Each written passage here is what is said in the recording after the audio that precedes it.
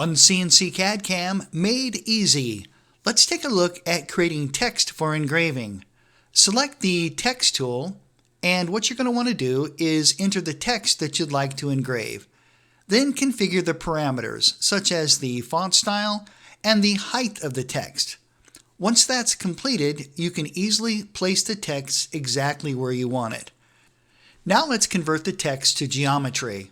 We'll then select one of our engraving machining operations, and from there we can set our parameters, such as tool parameters and general cut parameters.